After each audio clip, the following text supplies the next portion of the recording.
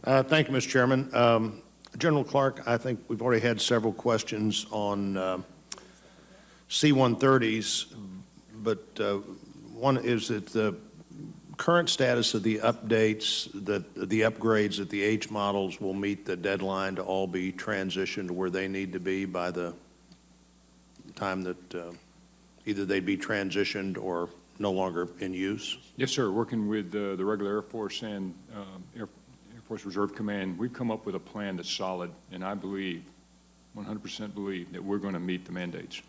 And I know you've been, you're well aware of what happens at St. Joseph at Rosecrans, the training for our allies around the world that come there for training. I believe we're now at a place where we're going to have 2 C-130 multi-mission crew trainers moved to St. Joe, and they're also going to relocate in a relocatable shelter, simulator shelter there. Do you know what the time frame on that will be? Sir, the first simulator arrived roughly the end of calendar year 15, so not long, and the one after that will follow not too long after that. And thanks to this body, we purchased that with INGREA money. Great. Well, I'm pleased about that. I know the community that's very supportive of the base is too, and one of the things that we've been hoping we'd see there was the simulator capacity to train even beyond where we were with the planes that were there. General Clark or General Jackson, either one, on the transition from the A-10s, I've been concerned that everybody we see from the ground perspective believes that the A-10 continues to be a great plane and does what it does better than anything else would do it. But I want you to talk a little bit about where that transition is, General Jackson, and also your sense of how the replacement plane will do what the A-10 does on the ground and then other things it may do as well. Senator, thanks for your question. As you're well aware, the 442nd Fighter Wing is the Air Force Reserve Wing at Whiteman that flies the A-10. They recently deployed and returned from deployment and did an outstanding job in support of our members on the ground, and we're very proud of that unit. The discussion, once again, revolves around whether or not the A-10 will be able to be divested from the Air Force, which includes the Air Force Reserve and the Air National Guard. The plan for doing that, the reflow plan, is being discussed with you right now. When it comes to backfilling requirements, if the A-10s out of Whiteman were to be removed, they would be backfilled with F-16s as the F-35s come on board. And the discussion of that timeline basically has gone back and forth from all the way up to 18, back to 17, up to 19, and back to 16.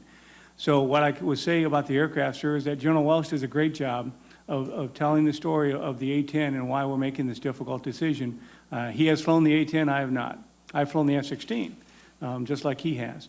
And I can tell you that from the F-16 perspective, which would be the replacement airframe at Whiteman as an example, we are dedicated to the CAS support and the requirement to go ahead and do that mission set. Currently, the F-16s and the F-15Es do the preponderance of that type of close air support in the AOR, with in addition some B-1s, B-52s.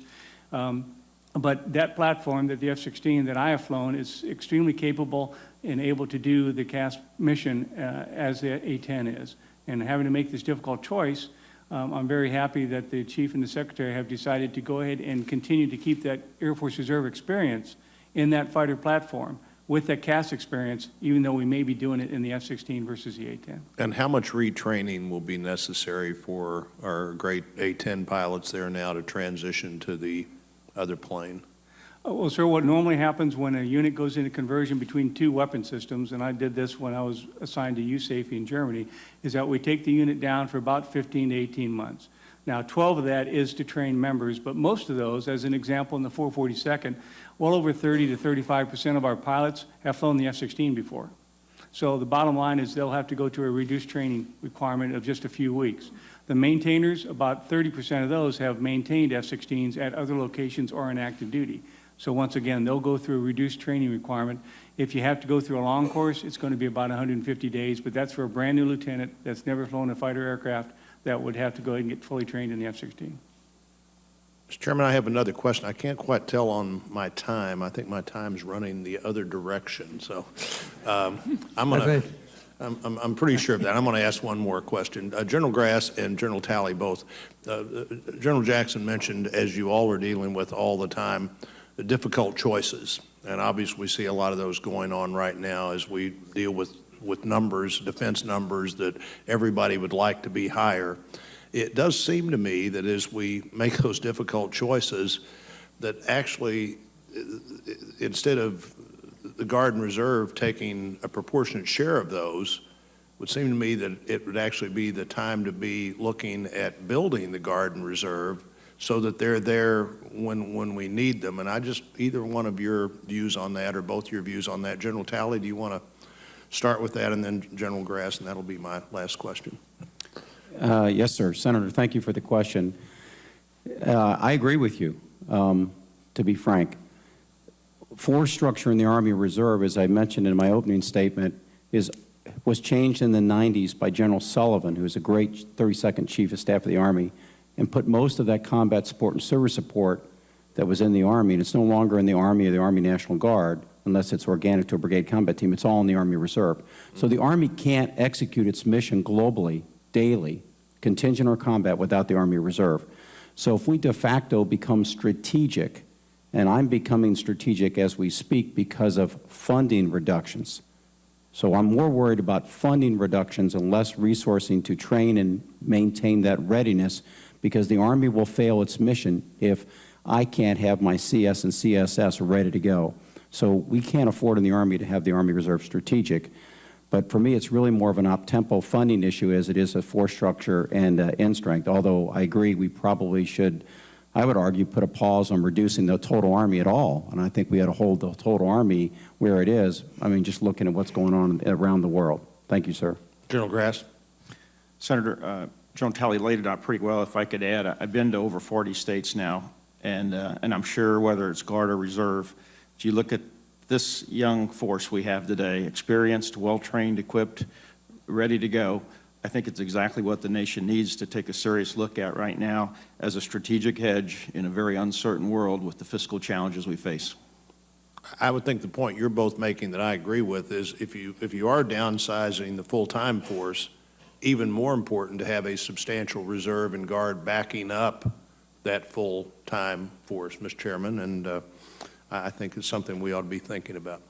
Well, following up on cyber, clearly it's one of our great challenges right now to be sure we're effectively combating cyber. I'm on the Intel Committee. We've reported a bill out that would do some things that would, information sharing, some liability protections, other things that I think are headed in the right direction. But in terms of our cyber fighting force, here's another area where I actually think that the combination of a private sector job and the Guard and Reserve opportunity in cyber could be really great in its in how those two things come together. And so, General Grass and then General Clark, your sense of where the Guard and the Reserve can fill an important place here in the cyber fight would be helpful. Senator, one of the parameters that we do use for basing is we look at the industry in the area. You know, is there a capability there? So when the states submit a package that they want to compete for a cyber capability, they will lay that out for us. My vision for the future is most of our cyber units will probably be 80 to 90% of that unit will be drill status guardsmen that will have civilian jobs in cyber. You know, 10 to 20% will be the full-time staff that's there every day. What we found so far, and General Clark can probably talk more about it, is in some of the capabilities we stood up in the network warfare squadrons, and specifically two of them that support Fort Meade and Cybercom. They actually have given us money now to bring cyber warriors on duty, additional, those traditional, at different times, so we provide a surge capability. Some of them actually become 3-year surge capabilities. Mm-hmm. General Clark? Yes, sir. The competitive advantages that we offer in cyber are 3 parts. One is we're able to take people who have civilian skill sets that do cyber for a living and put them to work. One of the most clever slides I've ever seen in the Pentagon was a slide that had the Network Warfare Squadron designation at the top.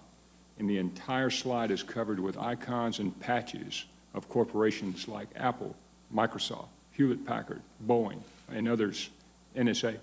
That's what they do in their civilian careers in the IT world. Not that they just work there, but they actually do IT stuff. If you look at that from different perspectives, from the individual perspective, huge networking opportunity. From the Guard perspective, we're leveraging all that expertise for things that we need to do in the military world. And if you look at it from the employer perspective, they said, well, let me get this right, at least once a month and more often, they get to go to a conference with the rest of these people doing IT, learning things about computer network defense and sharing those skill sets and talking about that. That's a huge competitive advantage in itself. The other things we do is we capture separating members of the services, regular Air Force, for instance, who might decide to leave, and then we can put them to work. So we capture that experience because people love serving in the Guard, they love being in the cyber portfolio. The third part, especially when it comes to being able to work with industry and work with government, state and local, you have someone who has affiliation with them automatically, and they're allowed in the door to have a relationship with them to help enforce their cyber capabilities, which helps the governors, helps the mayor, helps the whoever in the state, in the local community. Right. Well, I think that chart you talked about, you create here the opportunity for a level of what in the ag world that Senator Cochran and Senator Moran and I all care about, you call hybrid vigor, that you're bringing all of these new ideas and different backgrounds together with frequency, and that creates a different dynamic than you likely could create in any other way. So I certainly think this is one of the perfect places for the Guard and Reserve to play a role that brings a rapidly changing area into a new level of vigor and performance that hard for me to imagine you can get as easily anywhere else. And I'm going to be continuing to look at what you're doing there. I think there's a Missouri cyber unit that is standing up now, and we're going to be watching that as well. General? Senator, if I could, I know this committee is definitely interested, and I would encourage either the members or their staffs to come to Cyber Guard. It's hosted every year.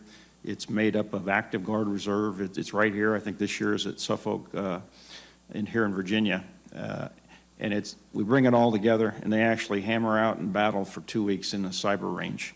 And it brings in DHS as well. We bring in power companies to work as a part of this. So it is, I think it's the middle of June this year. Thank you. Thank you, Chairman. Mr. Chairman, if I could just, Senator, the Army Reserve's private-public partnership, we have 3,500 cyber warriors and 6,500 when you add in the support. And the Army Reserve, because we're technical enablers, we're the most connected to the private sector, in my opinion, of any service or component. We just had a signing up on the Hill, and a large number of the members of the U.S. Senate and their staffs were there. 11 universities, or 11 companies to include Microsoft, 6 universities, and our cyber folks, formally partnering between the private sector, the academic sector, and the Army Reserve as we offer that cyber and offense, support the National Security Agency, defense with our 2-star signal command in Georgia, and also protecting the platform. So I'd love to send you more information on that.